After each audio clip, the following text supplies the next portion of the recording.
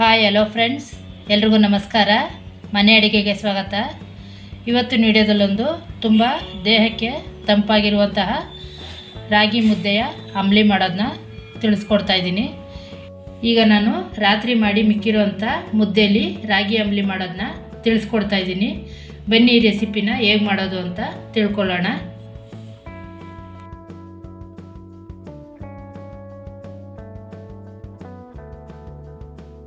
ಬನ್ನಿ, ಈಗ ನಾನು ಕಲಸೋದಕ್ಕೋಸ್ಕರ ಒಂದು ಪಾತ್ರೆನ ತೊಗೊಂಡಿದ್ದೀನಿ.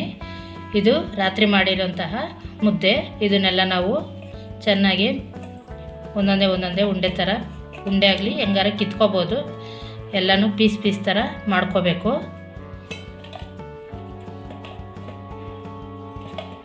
ನೋಡಿ, ಈಗ ಈ ರೀತಿ ಮೊಸರು ಮತ್ತು ಮುದ್ದೆ ನೀರು ಎಲ್ಲ ಹಾಕಿ ಚೆನ್ನಾಗಿ ಕಲಿಸ್ಕೋಬೇಕು. ಮುದ್ದೆ ಯಾವುದು ಒಂದೊಂದು ತುತ್ತು ಥರ ಆ ಥರ ಎಲ್ಲ ಸಿಗಬಾರ್ದು, ಗಂಟು ಆ ಥರ ಏನೂ ಇರಲ್ಲ. ಸಿಕ್ಕಿದ್ರೆ ಏನಾಗಲ್ಲ, ಮುದ್ದೆನೂ ಕೂಡ ಹಾಕ್ಕೊಂಡು ತಿನ್ಬೋದು. ಇದಕ್ಕೆ ನಾನು ಸಣ್ಣದು 1 ಗೆಡ್ಡೆ ಈರುಳ್ಳಿನ ಕಟ್ ಮಾಡಿ ಇಟ್ಕೊಂಡಿದ್ದೀನಿ, ಅದನ್ನು ಹಾಕೋತಾ ಇದ್ದೀನಿ. ಸ್ವಲ್ಪ ಕೊತ್ತಂಬರಿ ಸೊಪ್ಪು,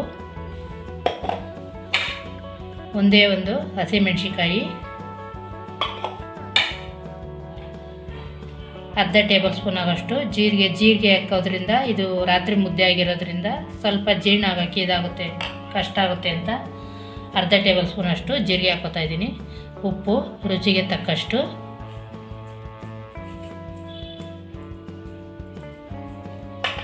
ಈಗ ಇಷ್ಟನ್ನು ಹಾಕಿ ಚೆನ್ನಾಗಿ ಮಿಕ್ಸ್ ಮಾಡ್ಕೋಬೇಕು. ಇದಿಷ್ಟೇ. ಈಗ ಇದನ್ನು ಸರ್ವ್ ಮಾಡೋಣ. ಬನ್ನಿ ಫ್ರೆಂಡ್, ರಾಗಿ ಅಂಬ್ಲಿ ರೆಡಿಯಾಗಿದೆ. ಇದು ದೇಹಕ್ಕೆ ತುಂಬಾ ತಂಪು.